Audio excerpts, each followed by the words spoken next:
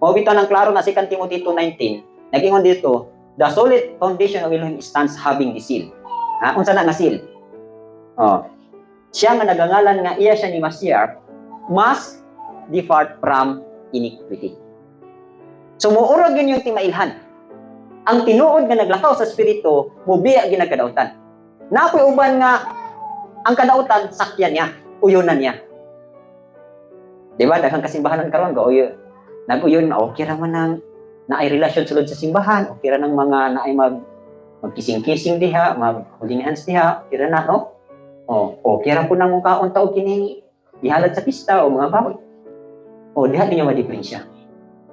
Kay ang tinuod nga naay balang espiritu, nang kinabuhi gyud nagtinghag gyud balaan. Mura na itimailhan. Kanang nagtinghag gyud pagkamatarong, pagkabalaan, kahinluan, mura gyud na.